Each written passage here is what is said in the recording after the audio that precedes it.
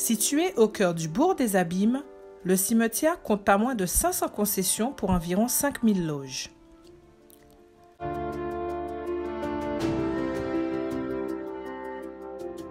L'allée principale de circulation qui dessert l'ensemble des voies parallèles est aussi celle des anciens maires et des grandes familles qui contribuent ou ont contribué au développement de la ville des Abîmes.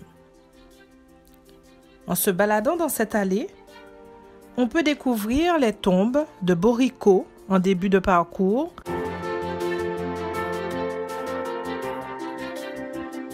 puis celle de Frédéric Jalton,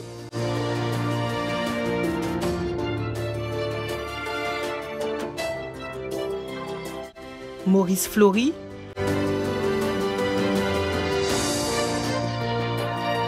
Olimé Jean-Noël, et pour finir, René-Serge Nabajote.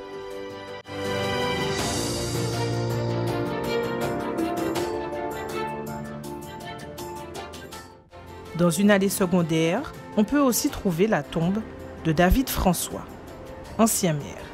Des grands hommes de la politique qui ont trouvé le repos éternel. Selon la réglementation, la municipalité doit aussi proposer un espace pour enterrer les personnes ne disposant pas de lieu pour pouvoir mettre les défunts. Il y a donc un terrain commun qui est gratuit, mais où les corps sont inhumés pour une durée de 5 ans. Au bout des 5 années, si les familles n'ont pas trouvé de lieu où transférer les corps, ils sont finalement enterrés dans l'ossuaire. En poursuivant notre visite du cimetière municipal, nous découvrons ce bâtiment unique qui appartenait à l'époque à un certain de Montaigne. Cette bâtisse aujourd'hui abrite de magnifiques vitraux qui décorent les 4 ouvertures de la structure. C'est aussi le lieu où on peut désormais exposer les cendres des défunts. À quelques mètres du columbarium se trouve un mausolée construit pour les victimes du crash de Déhay, une autre partie de l'histoire guadeloupéenne qui se retrouve rattachée au cimetière des Abîmes.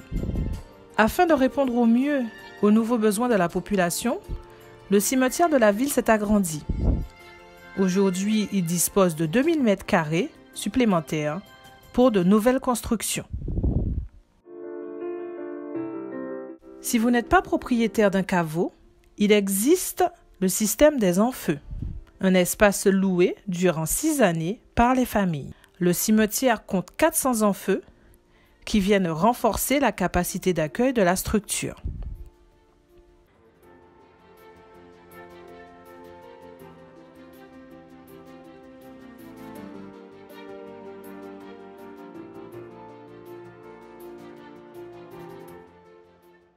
En plus du cimetière du bourg, la ville des Abîmes a cette particularité de compter sur son territoire une centaine de cimetières privés, dont celui de Coma, géré par un certain monsieur Kouali. Eh bien, ici, je suis le responsable du cimetière, Depuis que je suis né, j'ai trouvé le cimetière. Quand j'ai grandi, j'ai trouvé le cimetière là. C'était un cimetière qu'on disait des esclaves qui étaient enterrés dedans. Il y avait là des arbres, des poiriers, des grosses poiriers qui étaient là. On a abattu tout ça. C'était des arbres qui étaient sur le monde là. Et puis on a abattu tout ça, on a construit le cimetière comme ça. Là, c'est l'habitation Bido. Ce sont des esclaves, la famille qui était dedans. S'il n'y a pas la pluie, toute la famille se réunit ce jour-là. On est là en famille.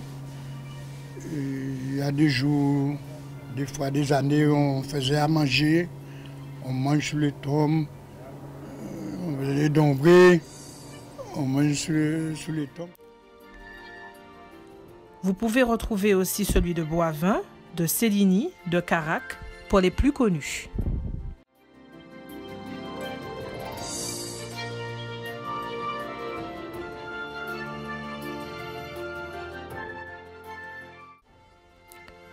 De retour au bourg, nous faisons une halte près de la maison mortuaire située à quelques mètres de l'église.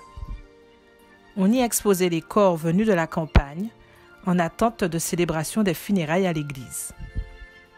Aujourd'hui, cette bâtisse est close, mais reste un véritable témoin de l'histoire abimienne.